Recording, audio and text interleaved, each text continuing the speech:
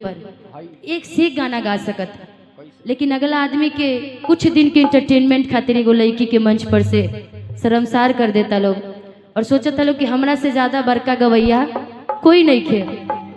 हमरा नहीं खे लागत कि भिखारी ठाकुर जैसन करत रहे हैं। रउआ कहतनी कि हम भिखारी ठाकुर जी और बहुत सारा कलाकार गायत्री ठाकुर जी के धरोहर पर चलतनी, रास्ता पर चलतनी, लेकिन वो लोग तो कभी ऐसे ना करत रहे लोग लड़की के साथ में। जे कार्य अभी ई लोग के नया कलाकार हमरा लगता है 2 गो गायक जो सबसे ज्यादा अश्लील गायक बा लोग, चाहे बोले में होखे, चाहे गावे में होखे, चाहे मंच पर इशाराबाजी करे में होखे।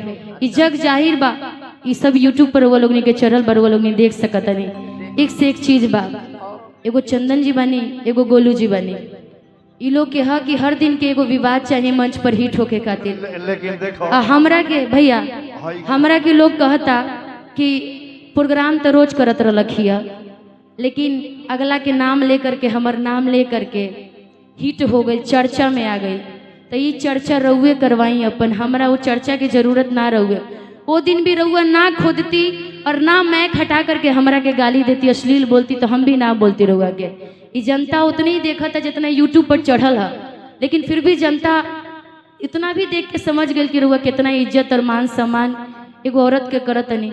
आ कहल जाला न भैया कि हर एक परिवार हमहू बानी, हमर भैया हमेशा हमारा साथ रहेले एक गार्जियन के रूप में। ओकरा बाद भी एगो बड़ भाई बाड़े, बड़ बहिन बाड़ी, माई बाबू बाड़े और सब लोग बा। एगो कहल जाला कि परिवार एगो बच्चा के ऊपर न, जैसे आर्यन के ऊपर गार्जियन एकर पापा बाड़े, सही गलत के बतावे वाला।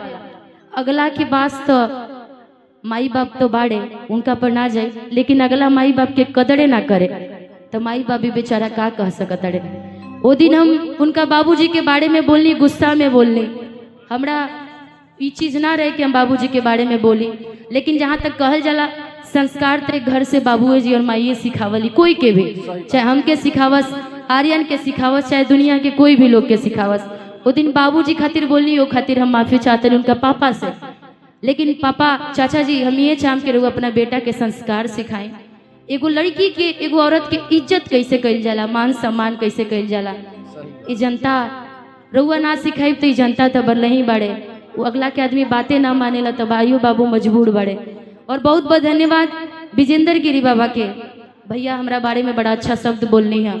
एक खातिर भी हमें मंच से ऐसे कि एक इकलौता हम गायिका हैं जे हमर खुद के लड़ाई, अकेले के लड़ाई बा कि भाई मंच पर कोई भी जेंट्स कलाकार होके तो एक औरत के बारे में, एक लड़की के बारे में अशब्द ना बोले करे के बाद। तो यदि रुआ सिखावे के चाहता नहीं तो रुआ घर पर बुलाई, चाहे रुआ हमरा घरे आ जाए, फोन कर ली, मंच के बाद भी रुआ सिखा सकत नहीं। जितना हमर इज्जत बा हम जानत नहीं कि उससे कम इज्जत आर्यन के भी नहीं खे, चाहे छोट हो के चाहे बड़ होके।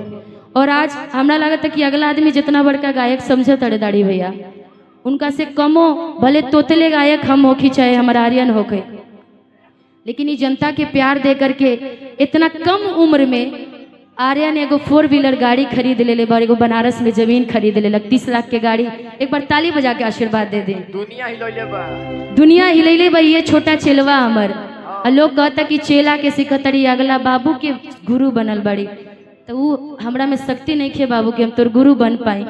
लेकिन एगो उम्मीद बा कि जे तरीके से तू नाम कमाता रह, संस्कार हमेशा माई बाप के रही।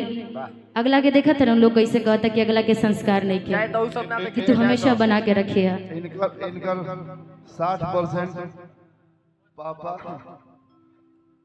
बाबूजी साथे रहेले, जैसे हमरा साथे हमर भैया बड़े, इनको साथे इनकर पिताजी बानी। और एक परिवार के ऊपर गार्डन बहुत जरूरी होखेला, एक लड़का के ऊपर चाहे एगो लड़की के ऊपर। निशा के लिए आप लोग ताली बजा दीजिए, ये अपने दिल की भावना की बात बोल रही थी। किसी की बेटी है, आप लोग ताली बजा दीजिए।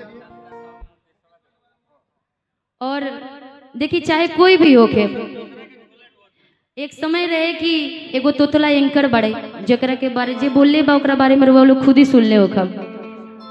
एगो चंदन बाई बड़े हमर 2 शब्द 2 दिन महिला के बारे में तारीफ कर दिले, हमरा बारे में तारीफ कर दिले। एक खातिर भाई तो हम सदा आभारी बने, हम मर तो रब वो दिन भी हमर जब तक सांस रही नो तब तक हम चंदन भाई खातिर हमेशा जीवित रहब। हमेशा एक मदद रही कि एक भाई हमर मंच पे, जहाँ दुनिया हमारा खिलाफ बोलत रहे, वो दिन भाई हमर तारीफ कैले। और एगो तोतला उद्घोषक बड़े जना के खुद बोले के नावेल, एगो बड़े मुकेश राय उद्घोषक, वो लोग जानत हो कम। अगला आदमी के खुद ना बोले के लूड़ बा ना चले के सहूर बा। उ आदमी हमरा के गायक सिखावत रहे कि गाना कौन गईबू, याद करे एक दिन जहिया तू आरा नाव पार करके आवत रहलू तरे हमरा ला तो पुल बनला कई साल हो गई। और अगला आदमी के मार्केट में लावे एक दिन झोला ढोवत रहे, और केरल एगो एंकर रवि रंजन भैया उनकर झोला ढोवत रहे। तो फोन कैले निशा जी कब तक हम रवि रंजन राय के झोला ढोअब, अब रउआ तनी ध्यान दी, सबके रउआ मदद करी ले, तनी एगो हमरो मदद कर दी।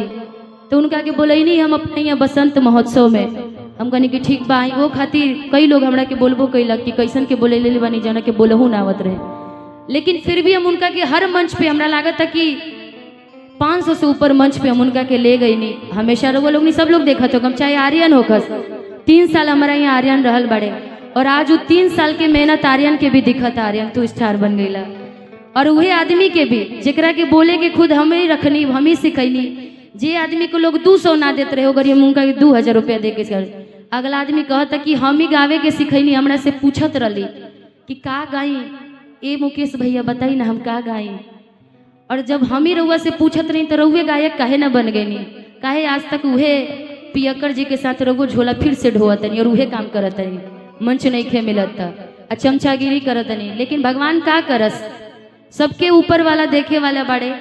जब इतना बड़ा पावरफुल, इतना बड़ा हमर रावण जी जिनका पास सब शक्ति रहे, तो उनका पास तो घमंड चूर होके में टाइम ना लगल उनकर, तो हम रउआ कौन चीज है आए खातिर। फिर भी चली कोई बात नहीं, रउआ लोगों ने यूट्यूब के माध्यम से, विवाद के माध्यम से हमेशा आगे बढ़ीला, भगवान करे बढ़त रही, खूब कमात रही। निशा जी हर मंच पे विवादित हो जाता, अब रहे दिया जेकर जितना सोच रही उतने करी।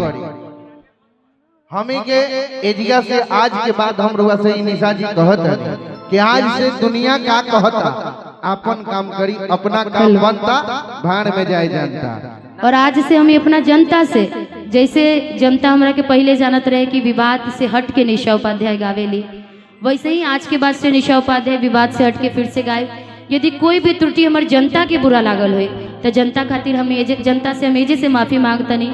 आप सब हमारे माई बाप के बाद रहुए भगवान बनी, हमके माफ कर, बाकी अगला इंसान से माफी ना मांगब, काहे से कि अगला इंसान के मन में घमंड बा। और हर रोज मंच पे जे तरीके से अगला आदमी टारगेट करवा के बुलवावत रहे, भगवान सद्बुद्धि दस। और भोजपुरी के रहुए जनता लोग बचा सकतनी और रहुए बचाई। और बाकी आप सबसे एक ही अपील, बाकी रघु कहाँ गए का हो रघु कार्य क्षेत्र हम चाह कि तू आगे बढ़ जैसे आर्यन आगे बढ़ ले हैं, ठीक ना। अब वो दिन बोलने रहे कि बस हे पर लगाम रखी है, ठीक ना। बाकी तू जितना अच्छा गावत रहा, भगवान करस कि जैसे आर्यन 30 लाख की गाड़ी खरीद ले है, तू जल्दी 30 लाख की गाड़ी एगो खरीद। ये जनता के प्यार आशीर्वाद में एक बार ताली बजा दी। अपने आखिर में एक सिवान घर बनू बाबू तोहर गोपालगंज, तो छपरा सिवान गोपालगंज के कमिश्नरी अभी एक ही जगह है सारण के। तो हम चाहत कि तू आगे बढ़, एगो बक्सर में शाहाबाद में हमार आर्यन भाई, एगो हमार सारण जिला में एगो रघु राजा हो जास, इससे ज्यादा और का चाहिए। सब डिवीजन कहाँ बा हो? हाँ एगो फरमाइश आइल भाई, जैसे कि निशा जी कोनो एगो गीत सुनावस जी। एक लेकिन गीत निशा दी के सम्मान में हम गाएं, वो गीत के फरमाइश भी रहे। हेलो कि तुहरी बगी